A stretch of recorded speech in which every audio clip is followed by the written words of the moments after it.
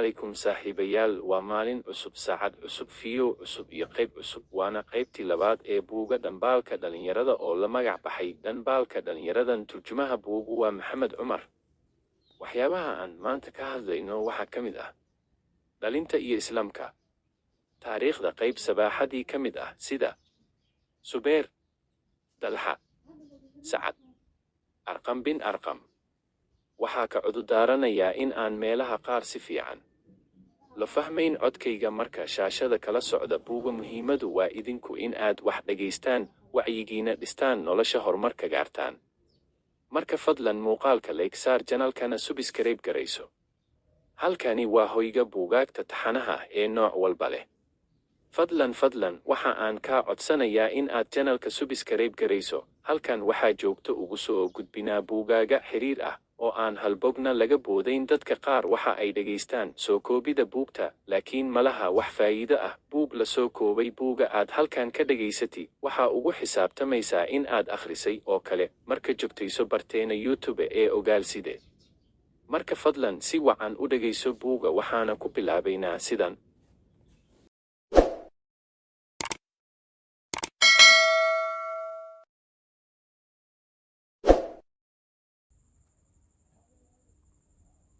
Dhalinyarada iyo Islaamka. Maxaa ka weyn kaalinta ay dhalinyaradu kaga jirto Islaamka? Haddii aynu baadhno sooyaalka taariikheed ee Islaamka, waxaynu arkaynaa in isbeddeladii ka dhacay dhulka muslimiinta in ay sababeen gacmaha dhalinyartu. Midaasina waa xaqiiqo biyo kama dhibcaan ah. U noqo taariikhda oo fiirfiiri sooyaalka taariikheed. Muslimiinta markii suubana Maxamed waxyiga lagu soo dejiyey ciddii ugu horeysay ee uu rasuulku uu la jihaystay waxa ay ahayd dhalinyarada. Dhalinyaradu waxa ay ahaayeen ciddii xambaartay ee qaaday diintan. Waxa ay ahaayeen ciddii isbeddelka ku samaysay dhaqankii Maka ee beddeshay nidaamkii iyo dhaqankiiba. Waxa ay ahaayeen cidda beddeshay adduunkan isbeddelka kaka muuqda kana muuqan doona ilaa maalinta qiyaame. Waxa ay ahaayeen ficii ugu wanaaga badnaa ee adduunkan soo mara. Waxa ay ayaaheen ciddii uu rasuulku ku tilmaamay in ay yihiin dadkii iyo duulkii ugu fadliga iyo wanaaga badnaa ee soo mara dhulkan. Markii rasuulku lahaa dadka waxa ugu khayr badan qarnigayga, waxaa ku soo xiga labada qarni ee ku soo xiga. Dhalinyaradii saxaabadu waxa ay ahaayeen ciddii sanka dhulka u dhigtay madaxyo weyntii magaalada Maka ee furtay dhufaysyadii reer Ruum iyo Faris ee gilgilay carshigii Kisra iyo Qaysar. Dhalinyaray u noqda akhriska sooyaalka taariikheed ee saxaabadii adduunka isbeddelka ka sameeyey. Aynu soo qaadano qaar ka mida saxaabadii dhalinyarada ahaa ee isbeddelka weyn ka sameeyey sooyaalka taariikhda. Subeer ibnu Cawaam Rikay, geesigii iyo halyeygii naftii hurihii rasuulka waa geesi ka mida geesiyada diintan Islaamka dhidibada u taagay. Subeer ibnu Cawaam imise jir ayuu ahaa markii uu qaatay diinta Islaamka? Waxa uu ku jiray dada 15 jirnimada. Haddii uu noolaan lahaa wakhtigeenan, wuxuu noqon lahaa mid ku jira dugsiga sare. Dhinaca heerka waxbarashada sida ay yihiin dhalinta wakhtigan nooli, haddii aynu isbarbar dhig ku samayno Subeer iyo qofka dhalinyarada ah ee nool xilligeenan, halkee ayay kala joogaan? Ninka dhalinyarada ah ee nool maanta halkaas ma gaadhsiisan yahay fikirkiisu? Hamiga intaas leeg ma xambaarsan yahay? Waxaa lagama maarmaan ah in aynu ogaano halkee ayay dhibtu ka jirtaa.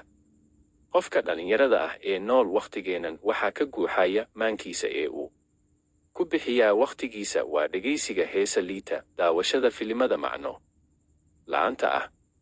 Waxa ay saacado badan ku bixiyaan daawashada filimada. Waxa ay wakhti badan ku bixiyaan dheelista ciyaaro aan faa'iido badan lahayn. Laakiinse hal saac uma huraan kuma bixiyaan oo wakhtigooda ka mida u fikirka diintooda. Dalxa ibnu Cabdillaahir, mid ka mida madaxdii dacwada magaalada Maka, waa geesi ka mida geesiyada dhidibada u taagay fariinta Islaamka kuna faafiyey magaalada Maka. Waa mid ka mida deeqsiyada maalkooda u huray jidka Alle. Waa saxaabigii rasuulku wuxuu ku tilmaamay addoonkii wanaaga saxaabiga mugaas iyo meeqaamkaas leh waxa uu ahaa markuu islaamay 6 sano jir. Sacad ibnu Abi Waqaas waa saxaabigii geesiga ahaa. waa qofkii ugu horreeyey ee dhiig u daadiya islaamka, waana midkii uu rasuulku ku lahaa maalintii duulaankii Uxud gan. falaadha yaa Sacad aabbahay iyo hooyaday lagu furaye. waa midkii uu ku tilmaamay Cali Abi Daalib. Sacad waxaa la jeclaysiiyey dacwada iyo wanaagga. ninka wanaagga leh ee islaamka wanaagga u qabtay waxa uu islaamay isiga oo ah 1 sano jir ah. Arqam ibnu Arqam waa saxaabiga uu magaciisu u xambaarsan yahay xusuusaha waaweyn qof kasta oo muslim ah, waana saxaabigii ku martigeliyey gurigiisa dacwada islaamka iyada oo ay martigelintaasi aad u dhibaato badan tahay. 3 sano ayuu gurigiisu u ahaa. muslimiinta xarunta ay ku kulmaan iyada oo ay martigelintaasi joogto ahayd, iyadoo aynu ognahay in uu ka soo jeeday qabiilada reer Bani Maqsuum, waana qabiilo ay xifaaltan badani ka dhexeeyey reer Bani Haashim. iyada oo ay sidaasi jirto, haddana waxa uu gurigiisa ku martiqaaday nebiga oo ah reer Bani Haashim, iyada oo ay arrintaasi dhibaato ku noqon karto Arqam, oo haddii ay ogaan lahaayeen madaxdii reerkiisu ay dhibaato weyni ka soo gaadhi lahayd. ragga madaxda u ahaana wax ka mida Abu Jahal oo ah fircoonkii ummaddan. hadda umuu joojin ee waxa uu qaatay go'aankaas geesinimada leh islaamka dartiis. imise jir ayuu ahaa geesigaasi? waxa uu ahaa markuu islaamay 6 sano jir.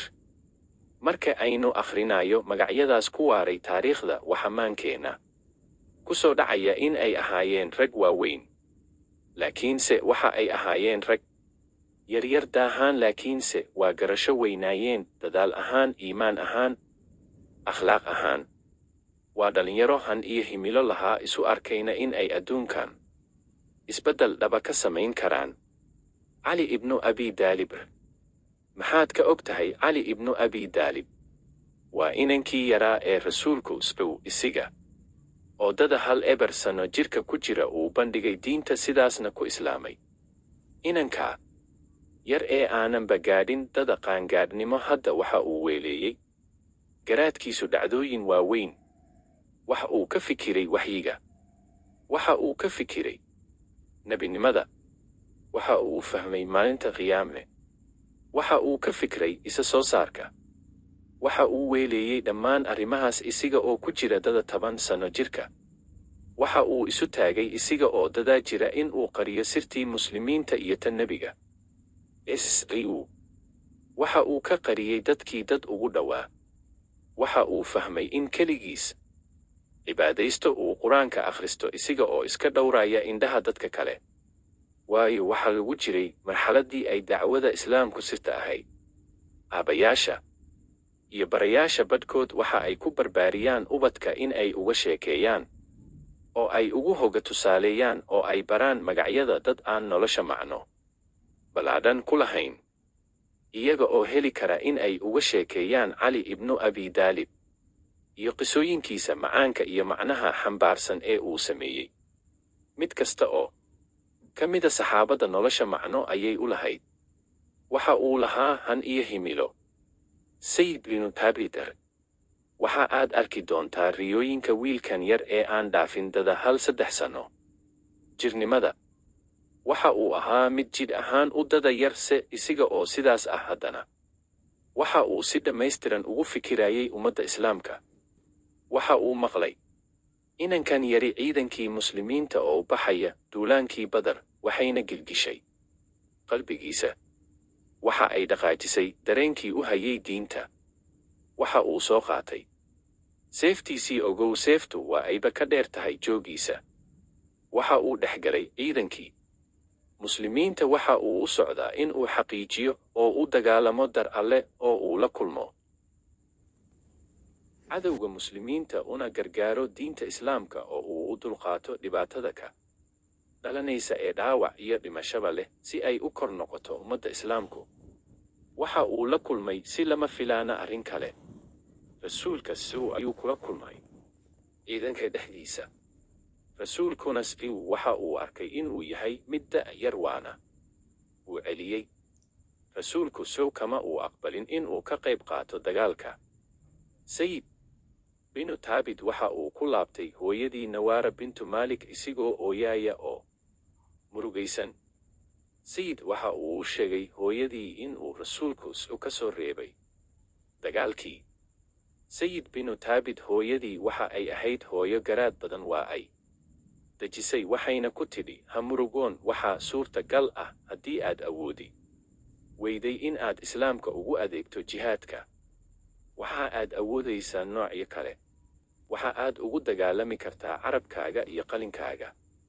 waxa ay u sheegtay hooyadan garaadka badani inuu xifdiyo qur-aanka, waxaana uu bilaabay inuu barto qur-aanka.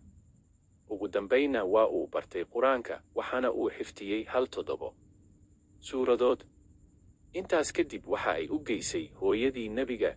waxa ay ku tidhi, yaa rasuul allah, kani waa sayid, waxa uu xifdisan yahay 7 suuradood oo qur-aanka ka mid ah, waxaana uu u akhrinayaa sidii lagugu soo dejiyey. waxa uu jecel yahay in uu ku joogo waxna kaa barto, waanad ka dhegaysan kartaa haddaad rabto. waa uu ka dhegaystay rasuulku waxa uu soo bandhigay hibadiisa wanaagsan ee xifdiga ah. waxa uu ka dalbaday rasuulku sow malaha wax haddii laga dalbi lahaa midkeen sannado ku qaadan lahayd. waxa uu ku yidhi nebigu, sow waxa aad barataa luuqada afka yuhuuda hebrew, iyada oo looga gol lahaa dano siyaasadeed oo dan u ahaa dowladdii islaamka ee wakhtiga dhidibada loo taagayey. waxa uu bilaabay sayid barashada luuqada, waana uu bartay wakhti yarna waa kaga soo dhalaalay, isiga oo ku hadli kara waxna ku qori kara sida dadka u dhashay oo kale.